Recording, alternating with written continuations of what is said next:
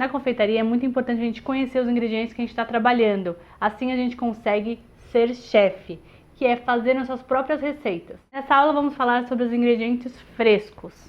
Começamos aqui pelo leite, que de preferência deve ser integral na confeitaria. Quer dizer que você não possa usar outros tipos de leite? Não, mas o leite integral deixa as preparações mais saborosas e um pouco mais consistentes.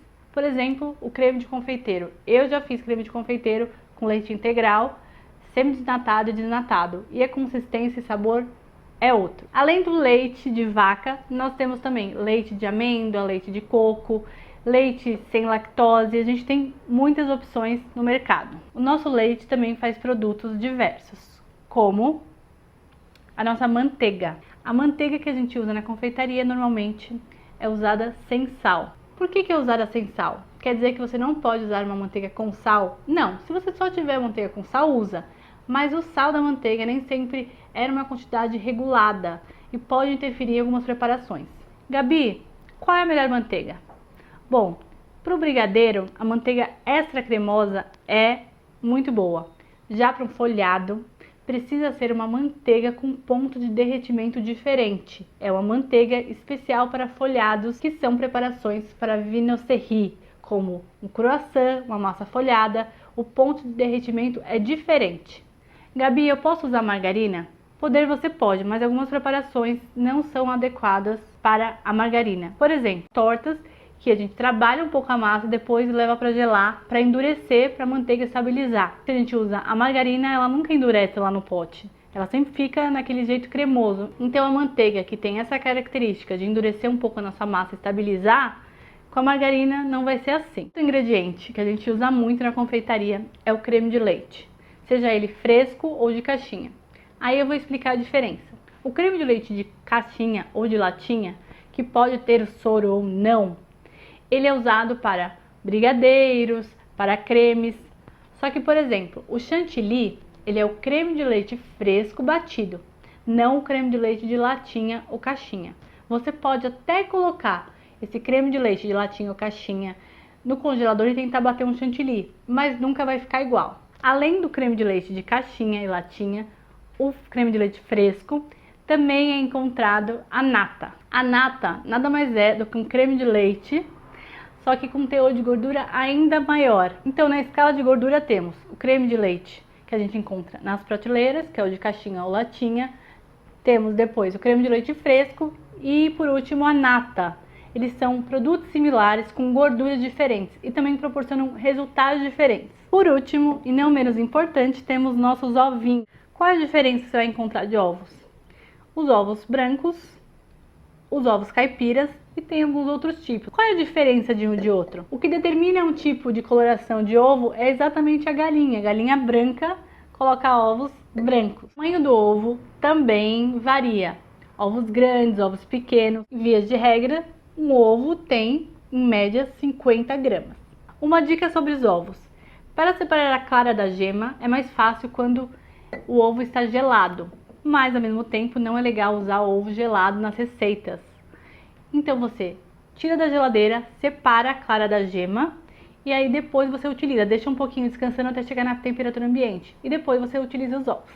Nessa aula vamos falar sobre os ingredientes que vêm em pacote, em embalagem, disponíveis para a gente comprar no mercado. Eu vou passar por vários deles. É claro que eu não vou conseguir falar de todos, mas vou falar dos principais. Vou começar falando sobre o leite condensado. Não vou falar aqui muito de marcas, mas eu vou falar algumas características dos produtos. Eu estou aqui com leite condensado semi-desnatado e um leite condensado integral. Quanto maior o teor de gordura, melhor é para o nosso doce. Na prática, a gente pode falar que um brigadeiro fica mais gostoso, mais cremoso, pega ponto mais rápido, mas apesar disso, a gente tem várias marcas boas de semi-desnatados e eu vou falar um pouquinho das características do leite condensado para a gente identificar e falar, esse é um bom leite condensado. Você deve levar em consideração para escolher o seu leite condensado o teor de gordura, então vai definir se ele é integral, se ele é semi-desnatado, se ele é desnatado, light, diet, tem várias variações. Levar em consideração a coloração do leite condensado. Coloração ideal é um amarelado, não é tão branco e nem tão amarelo caramelizado. é a composição ali do açúcar com o leite, então fica um amarelado. Quanto ao sabor, o sabor do leite condensado melhor é aquele que equilibra o sabor do açúcar com o sabor do leite. Então fica um sabor equilibrado, mas nem tão doce e também nem tanto gosto de leite. A consistência do leite condensado também deve ser levada em consideração. Não pode ser líquido nem espesso demais, porque muitas vezes algumas marcas usam espessantes, que também não é legal para o nosso doce. Nosso segundo ingrediente, eu separei aqui uma castanha do Pará. Ela simboliza as castanhas que a gente tem, as nuts. Junto com ela também, eu vou falar um pouquinho da farinha de amêndoas, que, por exemplo, faz a nossa torta frangipane e também os macarrons. O importante sobre nuts, castanhas, é que eles sejam fresquinhos. Quanto mais fresco, melhor para nossa receita. Outro ingrediente importante é o coco. Pode ter na versão coco em saquinho, floco de coco, tira de coco, o leite de coco, e você também pode produzir o seu próprio leite de coco a partir do coco ralado na sua casa. Quando a gente fala de alguns tipos de leite, de castanha, leite de coco, a gente está falando de produtos produzidos na sua casa ou também industrializados. Você pode produzir o seu próprio leite condensado, por exemplo, a partir das amêndoas. Aí você vai ter um brigadeiro com leite condensado de amêndoas. O chocolate em pó também é muito importante para nossas receitas. O que é importante para a gente levar em consideração em relação ao chocolate em pó? A porcentagem de cacau. Aí, se tem muita porcentagem de cacau, o seu doce vai ficar mais amargo, mais perto do cacau em pó, que também é outro ingrediente que a gente usa muito. O cacau em pó, ele pode ser dividido em algumas categorias. O cacau em pó tradicional, também podemos ter o alcalino e o black, cacau Dutch. Ingredientes da nossa confeitaria, ingrediente ostentação, é a nossa fava de baunilha. A fava de baunilha é um ingrediente caro, eu sei. Então, às vezes a gente opta por pegar o extrato de baunilha ou alguma essência, que pode ser de baunilha, avelã, caramelo, tem várias essências. Eu, particularmente, gosto do extrato, fica um sabor mais forte da nossa especiaria, mais gostosa. Mas se você tiver só essência, também dá para trabalhar. Além disso, você pode fazer seus extratos em casa, com vodka e, por exemplo, a fava de baunilha. Eu peguei aqui um exemplo de biscoito maisena. É um biscoito que a gente usa muito para bolo no pote, pavê e alguns tipos de sobremesas. Outro exemplo de ingrediente muito usado, especialmente no Brasil, é o leite em pó. O leite em pó, o leite ninho, é muito utilizado para fazer doces de leite em pó, leite ninho, o chantininho e várias outras delícias que o leite em pó ajuda a dar alguma estabilidade e também sabor. A gelatina faz parte da confeitaria. Os franceses usam muito, por sinal. A gelatina pode ser encontrada em folhas de gelatina, ou também em pó. A gelatina em folha ela é mais potente, tem um poder de Bloom maior. O que é o Bloom? É a força do gel da gelatina. Então, a folha de gelatina ela tem um pouquinho mais de força de gelificação. Você tem que fazer uma conta assim. Olha, você está pedindo na minha receita 6 gramas de gelatina em pó. Então, você pode colocar 5 gramas de gelatina em folha. Outros ingredientes muito usados na confeitaria e também na panificação são os fermentos. Os biológicos são usados principalmente na parte de vinoceri e também na parte de panificação. Esse aqui que eu tenho é o fermento instantâneo e também um melhorador de farinha, que eu não uso muito na confeitaria, mas eu acho legal trazer para vocês conhecerem. O fermento de bolo é o fermento químico em pó, que é muito utilizado para bolos, mas também para alguns tipos de biscoito, cookies e massas de torta até. Existe uma categoria de ingredientes para confeitaria que ajudam a dar brilho, a dar elasticidade e também a durabilidade das nossas receitas. O caro, por exemplo, ele pode substituir a glucose de milho, e a glucose é usada em várias receitas da confeitaria. Também temos dentro dessa categoria de ingredientes que são um apoio para nós, o cremor de tártaro, que ajuda a estabilizar nossa clara. Também temos emulsificante, que ajuda no chantilly. O ingrediente que a gente ama aqui no Brasil é o doce de leite. Você pode encontrá-lo em potes, você pode também usar a lata para fazer doce de leite na pressão e pode também fazer o seu doce de leite caseiro. Você pode encontrar várias consistências de doce de leite. Então você pode encontrar um doce de leite mais pastoso e outros mais fluidos. Agora eu vou falar do principal ingrediente da confeitaria, o açúcar. Normalmente na nossa casa a gente tem um açúcar refinado. Quanto mais branquinho é o açúcar e mais fino o grânulo, mais ele é processado. Então, se a gente comparar um açúcar aqui, mascavo, com um açúcar de confeiteiro, com certeza o mascavo ele tem mais nutrientes, ele é menos processado, menos refinado. Uma coisa importante, a diferença do açúcar de confeiteiro para o açúcar impalpável. Muita gente acha que é a mesma coisa, mas na verdade não é. O açúcar de confeiteiro, ele é um açúcar extremamente refinado. Já o açúcar impalpável é o açúcar de confeiteiro acrescido de mais ou menos 4% de amido de milho. Pegando os dois açúcares, você vai comparar e vai falar, são praticamente iguais, mas a composição do açúcar impalpável também tem um amido de milho, então essa é a principal diferença. Além do açúcar refinado, a gente trabalha bastante com cristal. Para calo de açúcar, por exemplo, o ideal é que você use o açúcar cristal, mas se não tiver, não tem problema usar o refinado. Farinha de trigo. Além das farinhas de castanha, também temos a farinha integral e a farinha de trigo tradicional. A gente também tem uma farinha que é farinha para pão, mas a gente não vai entrar nessa questão. Na França, é possível encontrar a farinha dividida em vários tipos. Aqui no Brasil é um pouco mais simplificado. Então, a farinha de trigo é básica, que faz um bolo, que faz uma torta. Quando a receita for pedir um tipo de farinha específica, ela vai deixar bem claro, é farinha forte para pão. Mas quando falar farinha de trigo, pode ser a nossa farinha de trigo tradicional mesmo. Dentro da nossa confeitaria, a gente tem agentes espessantes. As farinhas de trigo servem sim como espessantes. E os amidos também. O amido de milho, por exemplo, a gente usa para deixar o nosso creme de confeiteiro mais espesso. E também usamos para vários cremes o amido de milho, porque cozinhando ele acaba encorpando a nossa preparação. Quando você for fazer um creme com amido de milho, ele vai ferver e você tem que esperar no mínimo 2 a 4 minutos para que perca aquele gosto característico do amido, que é aquele gosto que falam que é de mingau. Nessa aula vamos falar sobre os confeitos para doces. Primeiro, falando em confeitos caros, vamos falar dos confeitos das marcas famosas, que são mais gostosos mesmo, porém um preço mais elevado. Já sabemos que esses confeitos são maravilhosos, mas quais são as outras opções? Eu preciso falar que as raspas de chocolate substituem muito bem os granulados. Fica muito bonito um brigadeiro enrolado com elas. É possível também fazer algumas receitas de granulados caseiros, mas eles não duram tanto quanto os industriais. Temos diversas cores, modelos de confeitos pelo Brasil e pelo mundo afora. Eu tenho alguns confeitos que são dos Estados Unidos e da Europa. As pérolas, por exemplo, são confeitos lindos, só que muito duros. São pérolas de açúcar. O que eu faço? Quando eu faço um doce e quero decorar com pérolas, eu não enrolo um brigadeiro passando nelas. Eu faço alguns detalhes do doce, porque daí fica bonito, mas a pessoa também consegue comer. Porque essas pérolas aqui, por exemplo, são um pouquinho durinhas, mas são lindas. Uma dica que eu dou pra você e que eu faço muito é uma misturinha chamada de Fairy Sprinkles. Eu pego vários confeitos e junto tudo, falo que é um caldeirão da fada, faço meus próprios blends de confeito, fica muito legal também.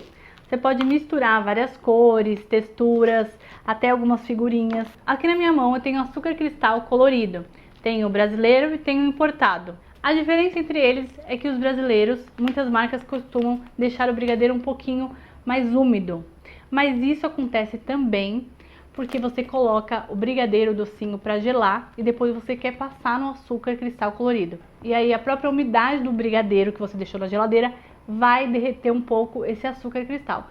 Então a dica principal é, se você for fazer um brigadeiro com açúcar enrolado, você não coloque na geladeira. Você deixe ele esfriar totalmente em temperatura ambiente e aí enrole. Você também consegue colorir o seu açúcar em casa, assim como fazer alguns confeitos, mas para alguns modelos você vai precisar de uma máquina especial, então não vale a pena. Tem que escolher bem, pesquisar bem o que tem no mercado, escolher o que é melhor para o seu doce e para o seu bolso também. Nessa aula vamos falar sobre os corantes. Primeiro vamos falar sobre os corantes industrializados, que a gente encontra em lojas para confeitaria. Primeiro eu vou começar falando que a gente tenta colorir algumas preparações com uma glaçagem e não pega cor. Por quê? O segredinho é que tem que colocar um pouquinho do corante branco antes. Não é que você vai colorir de branco a tua preparação e depois você vai colorir com a outra cor que você quiser. Algumas preparações, especialmente na alta gastronomia, a gente usa bastante. Sobre os tipos de corantes, a gente tem basicamente dois tipos, os lipossolúveis e os hidrossolúveis. Qual é a diferença? Os lipossolúveis, eles são para chocolate e para preparações que tem muita gordura. Às vezes a gente está colorindo uma preparação que tem muita manteiga, por exemplo, e o corante hidrossolúvel, que é para confeitaria em geral, não pega. O que você tem que fazer? Testar o lipossolúvel, que ele se dissolve melhor em gordura. Quando a gente fala de corante para chocolate, então estamos falando sobre os lipossolúveis. Já os hidrossolúveis são solúveis em água. Por exemplo, o merengue a gente consegue colorir perfeitamente com um pouquinho de corante hidrossolúvel. Dentro dessas duas categorias, a gente tem outra categoria, que é como o corante se apresenta. Se ele é em pó, como esse aqui, se ele é em gel ou se ele é líquido. Eu já descartaria direto o corante líquido para a maioria das preparações da confeitaria. Por exemplo, a gente está fazendo uma massa e a gente não quer que ela fique líquida. Dependendo da quantidade de corante líquido que a gente vai adicionar, a massa vai desandar. Por isso eu prefiro sempre o corante em pó ou corante em gel. Mas se você só tem o líquido, tudo bem. Trabalhe com ele, mas saiba que você tem que adicionar antes de dar o ponto principal. Por exemplo, no merengue. Você tem que adicionar bem antes para que o ponto do merengue não desande depois de você colocar o corante. Em questão de valores, o corante líquido acaba sendo mais popular e mais barato. E o em pó acaba sendo mais caro, mas também você precisa de um pouquinho só de corante para ele atingir tudo. Além desses corantes que eu falei para você, também temos o corante que dá um acabamento de pintura. Temos as purpurinas, os glitters para pintar bolos e vários doces. E também temos os pós-decorativos que a gente usa com o spray, o borrifador, que vai dar um acabamento nas nossas sobremesas e bolos. Temos no mercado também algumas pré-misturas já para coloração. Por exemplo, o álcool de cereais misturado com corante, que a gente já coloca e aplica direto no borrifador e dá aquele efeito lindo. Nada mais é do que pegar o álcool de cereais, pegar um pouco de corante decorativo e juntar. Só que a marca já faz isso para você, também é mais fácil. Outros corantes que a gente tem são os corantes da natureza, das frutas, por exemplo, da beterraba. O Red Velvet, por exemplo, o original é feito com beterraba. A gente tem sim como fazer corantes em casa a partir das frutas, legumes e verduras. Nessa aula a gente vai aprender sobre os tipos de chocolate. Existem 4 tipos de chocolate categorizados: o chocolate amargo, o chocolate ao leite, o branco e o rubi. Aí você vai falar: Gabi, e o chocolate meio amargo não é um tipo de chocolate? E o blend? Não, são subcategorias de chocolate. Chocolate mesmo são esses 4 tipos. Sobre o chocolate amargo, existem várias marcas, como em todos os outros tipos de chocolate, e várias porcentagens de cacau. Quanto maior a porcentagem de cacau, mais amargo ele é. Quanto maior a porcentagem de cacau, maior o poder de endurecer algumas preparações da confeitaria. Por exemplo, uma mousse de chocolate branco fica mais mole do que uma mousse de chocolate amargo. Quanto à composição do chocolate amargo, pode variar. Tem que ter 35% em média da massa de cacau, licor de cacau, mais a manteiga de cacau. Pode ou não conter açúcar. Tem chocolates amargos que chegam a ter porcentagem de cacau altíssimas e tem outros que são meio duvidosos. Quanto ao chocolate ao leite, ele precisa conter 27% de sólidos do cacau. Essa composição é mais ou menos assim: massa de cacau, licor de cacau, manteiga de cacau, também é acrescido muitas vezes de leite em pó, às vezes baunilha ou alguma outra especiaria ou adicional, pode conter açúcar e outros ingredientes. Às vezes, muitas marcas não colocam a porcentagem de cacau nas embalagens. Difícil, né? O chocolate branco é chocolate? Fica aí uma pergunta para você refletir comigo. Segundo a Anvisa, o chocolate branco é chocolate. Por que muita gente fala que o chocolate branco não é chocolate? Porque não contém a massa de cacau, licor de cacau. Contém a manteiga de cacau, açúcar, leite em pó, leite de várias formas, baunilha e outros ingredientes. Então muita gente fala não é chocolate porque não tem a massa de cacau. Mas ao mesmo tempo, a manteiga de cacau está ali e a manteiga de cacau faz parte do cacau, do fruto cacau. A cobertura fracionada ou chocolate hidrogenado ou hidrogenada, como é chamado, não é chocolate. Algumas podem conter sim um pouco de cacau, mas não é uma quantidade significativa a ponto de chamar de chocolate. A gente, quando fala numa receita chocolate, a gente está falando do chocolate tradicional, o único tipo de chocolate que tem, e não a cobertura fracionada. Aquela hidrogenada é ainda pior. Sabe aquele guarda-chuvinha da nossa infância? Não sei se vocês lembram dos guarda-chuvinhas de chocolate, mas era bem ceboso. Aquilo é chocolate hidrogenado, muito similar à cobertura fracionada. Espero que você tenha gostado de conhecer os ingredientes principais da confeitaria. Deixa aqui embaixo sua dúvida, caso você tenha. Até a próxima, tchau, tchau!